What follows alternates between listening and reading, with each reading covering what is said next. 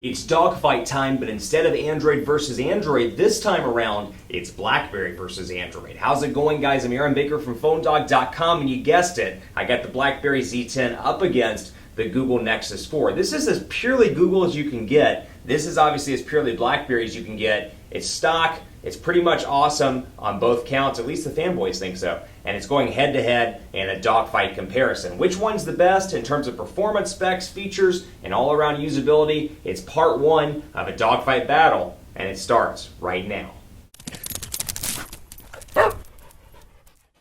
You got two devices here that are very different in a lot of ways, but you know what? They're all email internet machines, aren't they? I mean, kind of when you look at it. The Verizon BlackBerry Z10 finally in the house. It's the white version too, and it's available at Verizon right now for $199. So 2-year agreement gets you a device for $199. That's going to be right up there with the HTC One when it launches, right up there with the Galaxy S4 when it launches, and a couple of other hot high-end devices. So yes, BlackBerry 10's back. Yes, I'm very excited about the Z10. One of the questions I'm going to ask in this video is, can the Z10 command a $200 price point when the One and the Galaxy S4 and all these other established brands and established OSs are carrying the exact same price point?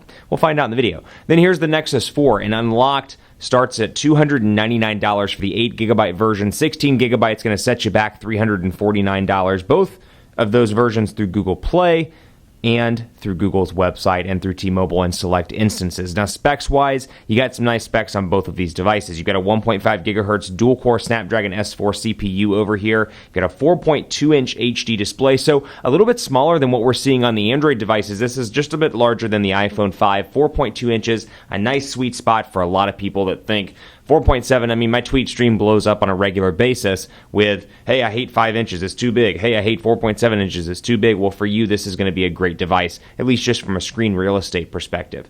4.2 inches, 8-megapixel camera on the back, 1080p HD recording, 1,800 milliamp hour battery in the back. It is removable, and on the Verizon version, you see the big Verizon 4G LTE logo back there, and right up here as well. So you've got that 4G LTE connectivity on Verizon Wireless, 2 gigabytes of RAM, 4.78 ounces, and then over here, the Nexus 4. Now, specs-wise, a bit beefier on the spec side. It's got a 1.5 gigahertz quad-core Snapdragon S4 Pro CPU over here, 2 gigabytes of RAM, 8 or 16 gigabyte configuration, like I said, 8-megapixel camera on the back with 1080p HD recording, and then a 2,100 milliamp hour battery, though it is non-removable. We'll talk more about battery most likely in part 2. It weighs in at 4.9 total ounces, so a little bit heftier on the size front. 4.7-inch HD display with same resolution, or same pixels, I should say, as the Z10. So hey, bigger display, exact same pixels, smaller display here, exact same pixels. So obviously the color density is going to be a little bit better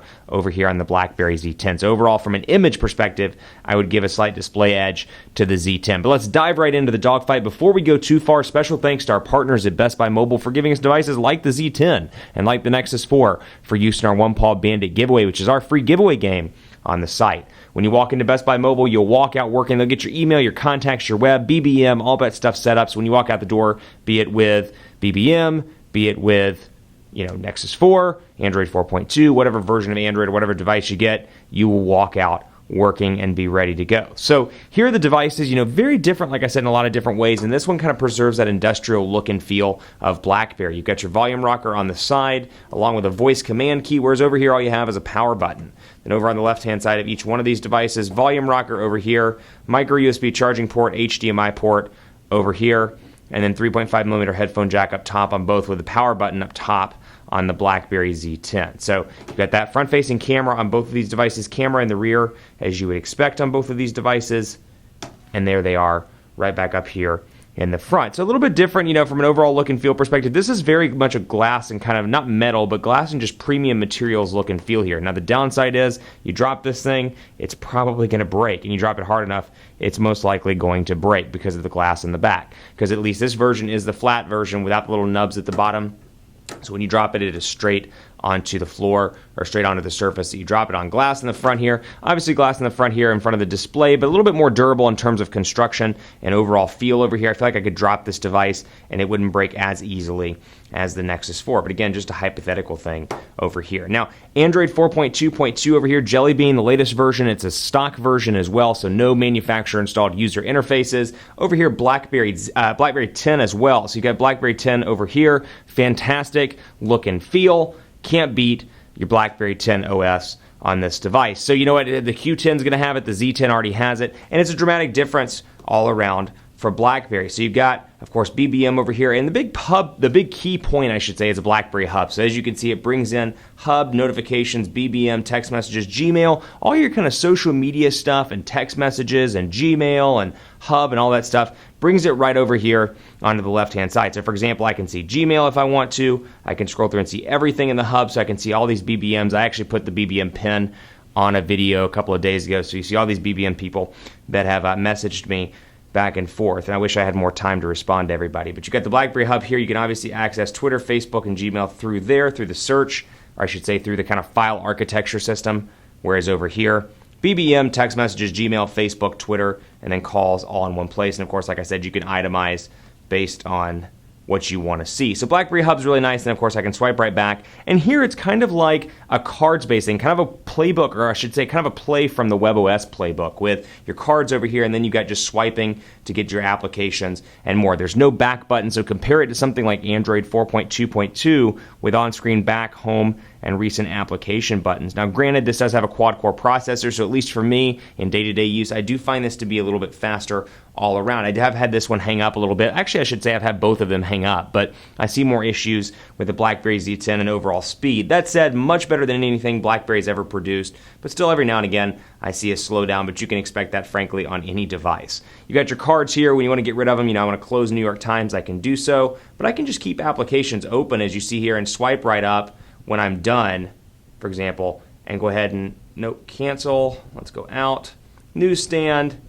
Got the crazy, all these kids that want to BBM. So you know what, we're going to roll through it in the video. So you can see here, agree, and we can roll right through and get your maps, for example.